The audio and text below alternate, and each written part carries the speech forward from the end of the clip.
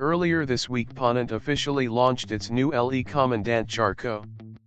The inauguration ceremony took place in Le Havre, France, where the French explorer, Jean-Baptiste Charcot, departed from for his journey to Antarctica.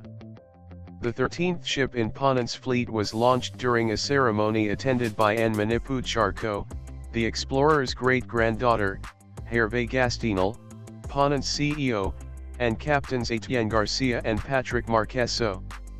The boldness of this project is not just about taking passengers to the far corners of the Arctic and Antarctica, it is about doing it safely and following the same values of seamanship that move us.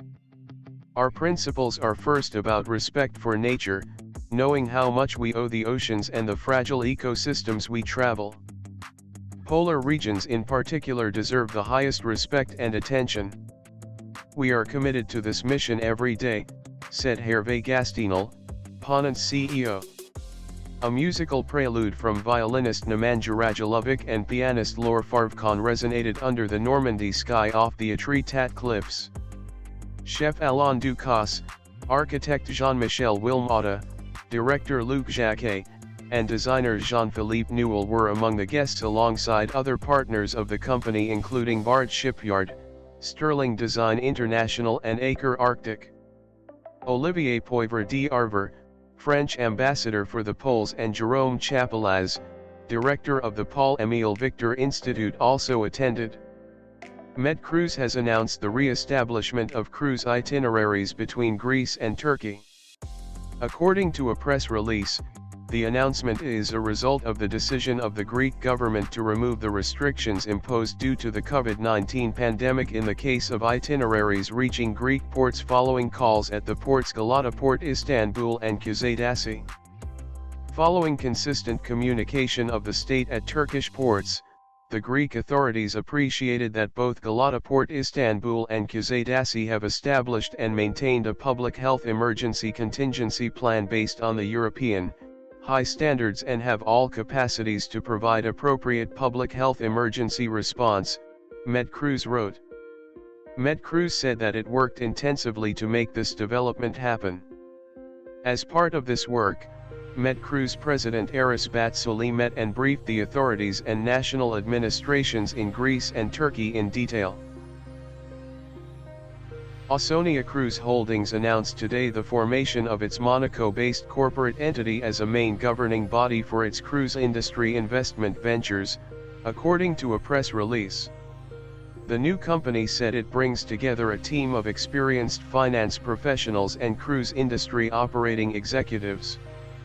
Its aim is to develop special-purpose acquisition companies incorporated for the purpose of effecting a merger, asset acquisition, or similar business combination with one or more entities. We expect to focus on cruise, yachting, or cruise-centric businesses that have attractive growth-oriented characteristics and strong underlying drivers. As we focus our efforts on identifying prospective target companies, we seek to capitalize on the decades of combined experience of our board of directors and ecosystem partners, the company said. Our strategy is focused on managed growth and the acquisition of select assets and/or companies with the potential to create value in the long run. As we complete the initial stages of team formation and pre-IPO sponsorship, our aim is to proceed towards an IPO in 2022 on a select US-based marketplace in order to secure the financing necessary to proceed with our acquisition strategy, the company said in a press release. Our board of directors consists of cruise industry experts who are working together to take advantage of investment opportunities under the current favorable business climate, both in terms of asset valuation and availability of capital. Lisbon Cruise Port, LCP, is officially back in business as the port said it is expecting 45 cruise calls in October following 13 calls in September. Operated by Global Ports Holding, Lisbon Cruise Port has been a host to many lay-up operations through the pandemic, as well to regular calls. The newly appointed general manager of Lisbon Cruise Port, Duarte Cabral, commented, "We are delighted that the industry is picking up at a steady rate. We will make sure that all protocols are in place, allowing the passengers to have a controlled environment that will ensure their health and safety. Operating as both a turnaround and transit port, 24% of calls have been as turnarounds. The 45 calls scheduled for October should see about 45,000 guests, according to the port. The month will start with a call from Regent and the Seven Seas Splendor. Other maiden visits include P&O Ausonia and the new LE Commandant Charcot from Ponant. With calls from MSC, Costa, Norwegian and P&O Cruises, the October cruise levels will be back 88% of the level that of October 2019. The port said it has received the clean and safe seal from the Tourism of Portugal, ensuring that all the health measures are in place, the European Tourism COVID-19 Safety Seal and Safe Travels by WTTC. P&O Cruises Ventura is resuming operations on October 3 as it sets sail for the Canary Islands. According to a press release, half of the P&O Cruises fleet is now in service as the Ventura joins the Iona and Britannia, both of which sailed a series of summer UK coastal cruises and have been sailing internationally since September 25, 2021.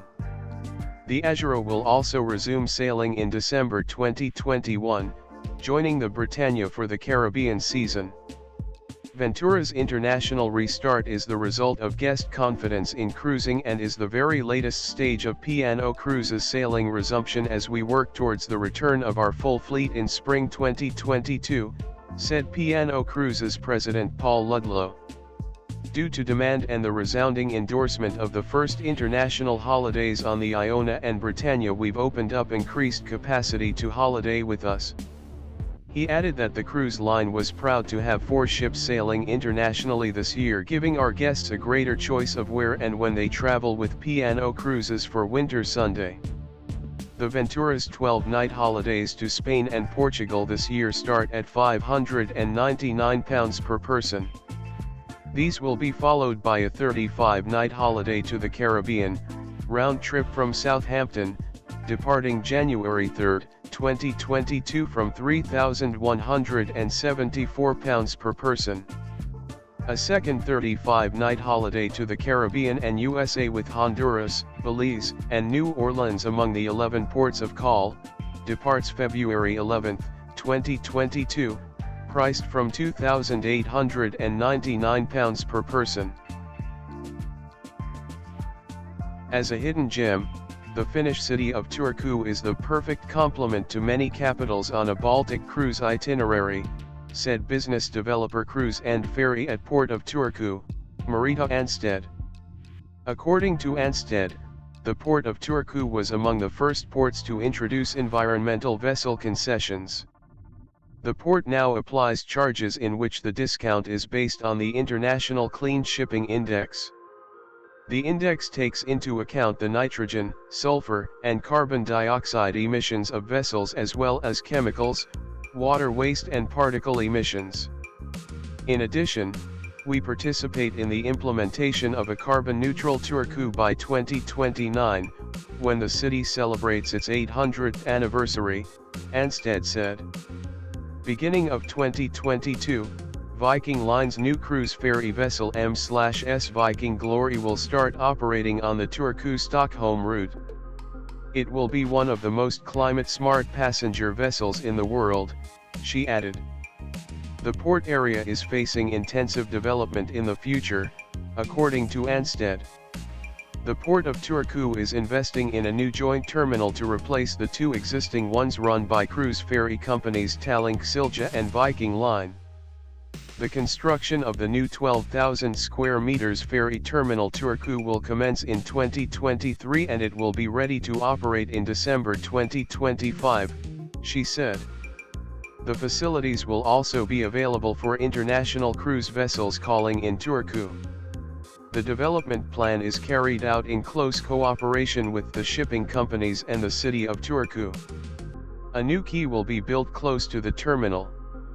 Once completed, the port area will become a unique maritime district where tourism and cargo transports, as well as business operations and residents, will evolve side by side.